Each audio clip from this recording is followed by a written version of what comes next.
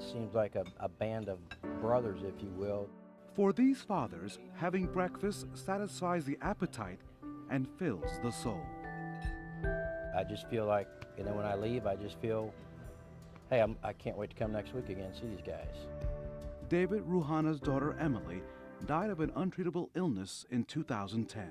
Across the table, David Cook.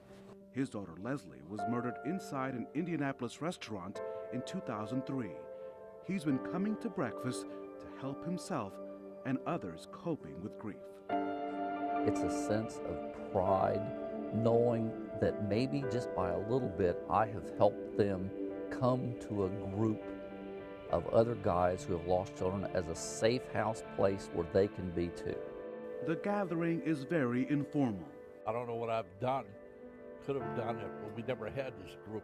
Every time a new dad comes, the others tell their stories.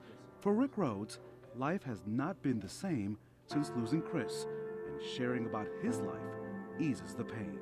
But it's always been therapeutic, it's always been cathartic, it's always been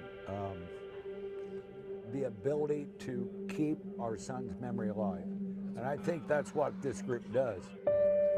There's no pressure to talk. Jim Updike wasn't ready to share about his son Joshua for about 4 months, and that was okay. It was good to be in a group of men who were farther down the road on this journey than I was. 10 years, 5 years, 3 years. They all had different perspectives. It took Don Buxton several months before he was ready to be in this room. Thanks, Patty. It gave me great comfort to see the guys and hear the guys tell their stories. What I get from these guys is an assurance that I'm not crazy. My heart is in the right place. His daughter Jennifer and her husband Dion Longworth, victims of the fatal Richmond Hill explosion in 2012. Dion's dad is also here, with the guys he says get it. They're safe, they understand, and they're willing to be there. The men gather at Denny's on the south side and the Peeps on the north side. Mike Laird finds comfort in this place. In 2004, his son Jake was shot in the line of duty.